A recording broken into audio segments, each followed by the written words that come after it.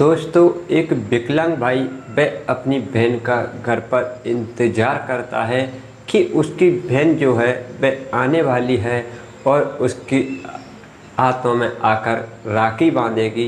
वह इस खुशी के लिए वह अपनी बहन का घर पर इंतज़ार कर रहा था। वह बेचारा दोनों पैरों से विकलांग था, जिस कारण वह अपनी बहन के पास नहीं जा सकता, लेकिन वह हर साल की तरह इस बार भी अपनी बहन का इंतज़ार करता है। लेकिन उसकी बहन जो थी वह बेचारी घर घर जाकर पैसे के लिए भटक रही थी। वह हाथ जोड़ रही थी, लोगों से कह रही थी कि मुझे कुछ पैसे उधार दे दो, जैसे ही मेरे पास पैसे आते हैं मैं तुम्हारे वापस कर दूंगी, क्योंकि मुझे अपने भाई के हाथों में राखी बांधने जाना है। मेरा वहाँ जाना बहुत, जब तक मैं अपने भाई के हाथों में राखी नहीं बांध देती वह ना तो खाना खाएगा और ना कुछ पिएगा। दोस्तों, तभी उसके साथ, उसकी बहन के साथ कुछ ऐसा हो जाता है जिसे देखकर सभी हैरान हो जाते हैं। कुछ ऐसी घटना घटती है। आइए, क्या थी पूरी कहानी, क्या है पूरा माजरा, आइए इस वीडियो के माध्यम से जानते हैं। जब तक आपसे एक ही रिक्वेस्ट, प्लीज़ चैनल को सब्सक्राइब करें, वीडियो को लाइक करें, ताकि मेरा हौसला बढ़ता रहे और मैं ऐसे ही वीडियो लाता रहूं। दोस्तों, ये कहानी है महाराष्ट्र के एक छोटे से गांव की, जहां एक छोटा सा परिवार था। उस परिवार में 3 ही सदस्य थे। एक माँ थी और एक भाई था और एक बहन थी। बहन जो थी वह शादी के योग्य हो चुकी थी। अब भाई अपनी बहन के लिए एक अच्छा सा लड़का देखता है और उसकी शादी कर देता है। धीरे धीरे करके समय गुजरता है और एक दिन ऐसा वक्त आता है जिस दिन का भाई को हर साल की तरह इंतज़ार रहता है। वह दिन था रक्षाबंधन का, क्योंकि उसे मालूम था कि हर साल की तरह मेरी बहन इस बार भी मेरे हाथों में राखी बांधने के लिए मेरे पास ज़रूर आएगी। दोस्तों, वह बेचारा विकलांग था, वह अपनी बहन के पास जा नहीं सकता, लेकिन वह अपनी बहन को हर साल के अपने घर पर ही बुलाता और उसकी बहन भी चाहे कुछ भी हो, हर काम छोड़कर वह अपने भाई के हाथों में राखी बांधने के लिए ज़रूर आती है। क्योंकि जब तक वह राखी नहीं बांध देती वह ना तो कुछ खाता है और ना ही कुछ पीता है। दोस्तों, वह भाई जिसका नाम प्रमोद था, वह अपनी बहन का बहुत इंतज़ार करता है। वह अपनी माँ से पूछता है, बार बार पूछता है कि माँ, इतना समय हो गया, आखिर कविता अभी तक क्यों नहीं आई। तभी उसकी माँ जो थी वह कहती है कि मेरे 2-3 दिन पहले ही उससे बात हुई थी। तभी वह कह रही थी कि माँ, उनका कहीं कोई भी काम नहीं चल रहा है, जिस कारण वह खर्चे के लिए बहुत परेशान है। तभी उसकी माँ उसके बेटे से कहती है कि प्रमोद शायद वह इस साल नहीं आ पाएगी। लेकिन प्रमोद जो था वह कहता है कि ऐसा हो नहीं सकता, वह मेरे हाथों में राखी बिना रह जाए। उधर उसकी बहन जो थी वह क्या करती है, क्योंकि उसके पास काफ़ी दिन से पैसे नहीं थे। उसके पति का जो काम था वह बिल्कुल ठप पड़ गया था, ना तो कहीं काम की जुगाड़ बन रही थी और वह घर घर जाकर पैसे मांगती है, लोगों से हाथ जोड़ती है। वह कहती है कि मुझे कुछ पैसे दे दो, जैसे ही मेरे पास आएंगे मैं तुम्हें वापस कर दूंगी, क्योंकि मुझे मेरे भाई के हाथों में राखी बांधने जाना है। जब तक मैं उसके हाथों में राखी नहीं बांधूंगी वह ना तो कुछ खाएगा और ना कुछ पिएगा। लेकिन उसे कोई भी एक पैसा नहीं देता। वह हार थक कर घर वापस आ जाती है। तभी उसका पति जो था वह उससे कहता है कि तुम क्यों परेशान होती हो, तुम ऐसा करो, जो इस बच्चे के हाथ में इस चांदी का जो रिंग है उसे ले जाकर तुम बाज़ार में बेच दो और तुम अपने भाई के घर चली जाओ। दोस्तों, वह ऐसा ही करती है। वह अपने पति से कहती है कि मैं वहीं से बाज़ार से ही वह अपने घर निकल जाऊंगी और आप अपना ख्याल रखना। दोस्तों, वह बच्चे को गोद में लेती है। तैयार होकर वह घर से बाज़ार के लिए निकलती है। वह तभी तभी वह देखती है कि वह एक सुनार की दुकान पर पहुंचती है और वहां जाकर वह कहती है कि भैया ये चांदी की रिंग कितने की है, ये चांदी का छल्ला कितने का है।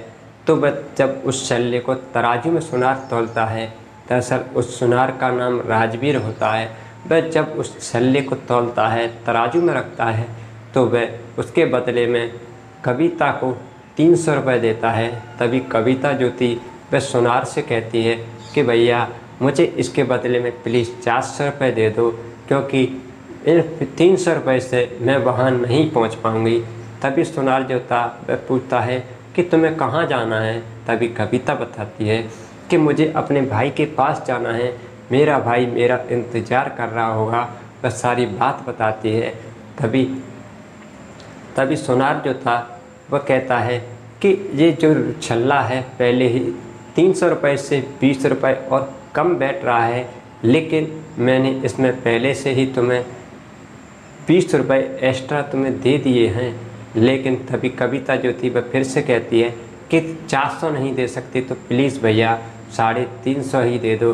तभी सुनार जो था जब वह देखता है, क्योंकि कविता पैसे के लिए रोने लगती है, जब सुनार यह सब कुछ देखता है तो उसकी आंखों में भी आंसू आ जाते हैं और वह उससे पूछती है। तभी कविता सारी बात बताती है। दोस्तों तभी सुनार 300 रुपये निकालता है और कविता के हाथ में देता है और उससे कहता है कि जाओ बाज़ार से राखी लेकर आओ। दोस्तों तभी कविता बाज़ार जाती है और 2 अच्छी सी राखी लेकर आती है। वह जैसे ही वह राखी उस सुनार को देखती है और कहती है ये लो भैया अपनी राखी। तभी सुनार कहता है कि ये लो मेरे हाथ की कलाई और इस हाथ पर प्लीज़ राखी बांध दो, क्योंकि मेरी कोई बहन नहीं है। दोस्तों जब कविता यह बात सुनती है वह भी रोने लगती है और वह राखी को झट से उस सुनार के हाथों में बांध देती है। तभी सुनार जो था यह सब कुछ देखकर वह क्या करता है, अपनी तिजोरी खोलता है और उसमें से एक सोने का छल्ला निकालता है और उस बच्चे के हाथों में पहना देता है। दोस्तों तभी सुनार की पत्नी वहीं आ जाती है, क्योंकि सुनार की जो दुकान थी वह उसके घर में ही थी।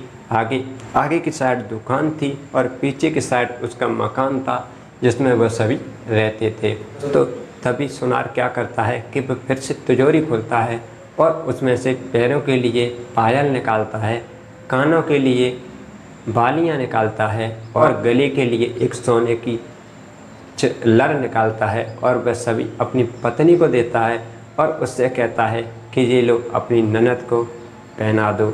दोस्तों उसकी पत्नी जो थी वह उससे कहते हुए कहती है कि बहना आज तुमने हमारी वह इच्छा पूरी कर दी, क्योंकि मेरी कोई ननद नहीं थी, जिस कारण तुम्हारे ये भैया हैं वह काफ़ी परेशान रहते थे। आज तुमने वह कमी भी हमारी पूरी कर दी। प्लीज़ हमें छोड़कर कहीं मत जाना और हमारे घर आते रहना। दोस्तों तभी सुनार जो था वह कहता है कि आज से तुम्हारे एक नहीं 2 भाई हैं। सभी जेवर थे वह सभी उसकी सुनार की पत्नी कविता को पहना देती है और कविता जब उन्हें पहनती है काफ़ी सुंदर लगती है, क्योंकि कविता पहले से ही काफ़ी सुंदर थी। और तभी सुनार जो था वह उससे पूछता है कि तुम्हें अब कहाँ जाना है। तभी कविता बताती है कि मुझे करीब यहाँ से 30 किलोमीटर दूर जाना है। तभी सुनार जो था वह कहता है कि अब तो काफ़ी लेट हो गया है, तुम वहाँ तक पहुँचोगी जब तक अंधेरा हो जाएगा। तभी सुनार अपने बेटे को आवाज़ लगाता है और उससे कहता है कि बेटा जाओ, वह जहाँ जाना चाहती हैं वहाँ तुम इन्हें छोड़ कर आओ।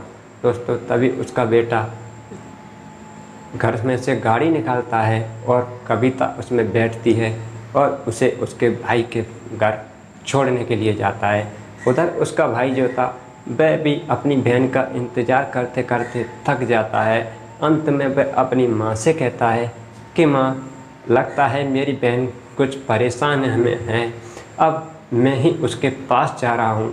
तभी उसकी माँ जो थी वह उससे पूछती है क्या तुम्हारे पास कुछ पैसे हैं? तो वह कहता है हाँ मेरे पास माँ 200 रुपये है, मैं वहाँ तक पहुँच जाऊँगा। दोस्तों जैसे ही वह वहाँ से जाने लगता है तभी वह देखता है कि उसके घर के सामने एक फोर व्हीलर गाड़ी रुकती है और उस गाड़ी में से कविता बाहर निकलती है। जैसे ही वह अपनी बहन को देखता है वह बहुत खुश हो जाता है। तभी वह अपनी बहन से सारी बात पूछता है और कविता भी उसे अपनी सारी बात बताती है। तभी वह सभी घर के अंदर जाते हैं और कविता अपने भाई को राखी बांधती है और सभी वो सुनार का लड़का जो था और सभी बैठकर अच्छे से खाना खाते हैं। तभी सुनार का बेटा कहता है कि बुआ अब मैं अपने घर जा रहा हूँ। तभी कविता कहती है कि हाँ बेटा जाओ और भैया से कह देना कि मैं 2 दिन बाद उनसे मिलने के लिए फिर आऊँगी। दोस्तों 2 दिन बाद जब कविता अपने घर वापस जाती है और अपने पति से मिलती है, तभी उसका पति जैसे ही कविता को देखता है उसके पास इतना सब कुछ श्रृंगार देखता है, सोना चांदी देखता है, वह भी चौंक जाता है। उससे पूछता है, तभी कविता उसे भी सारी बात बताती है और उसे भी उस अपने भाई से मिलाने ले जाती है। और वह जो था सुनार जो था वह उसके पति को एक बाइक दिलवाते हैं जिसके ज़रिए वह हर रोज़ काम पर जाने लगते हैं और काफ़ी पैसा कमाते हैं, जिस पे की वजह से अब वह बाइक के ज़रिए हर रोज़ काम पर जाते हैं और जिस वजह से उसके घर की जो भी परेशानी थी, जो भी दरिद्रता थी, वह सब दूर हो जाती है और सभी हंसी खुशी से रहने लगते हैं। दोस्तों आज की यही थी एक भाई और बहन की कहानी। अब मैं आपसे एक गुजारिश करूंगा कि इस रक्षाबंधन के लिए अपनी बहन के पास जरूर जाएं और बहनें अपने भाई के पास जरूर जाएं। और यह कहानी आपको कैसी लगी, ज़रा सी भी अगर भाई बहन की कहानी अच्छी लगी हो तो प्लीज़ चैनल को सब्सक्राइब करना, वीडियो को लाइक करना और शेयर करना ना भूलें। और मैं अब आपसे विदा लेता हूँ, फिर मिलता हूँ ऐसी एक और सच्ची घटना के साथ। जब तक आप अपना और अपने परिवार का ख्याल रखें, स्वस्थ रहें, तंदुरुस्त रहें। जय हिंद, जय भारत। और हाँ, मेरी तरफ से आप सभी को और आपके परिवार को रक्षाबंधन की ढेरों शुभकामनाएं।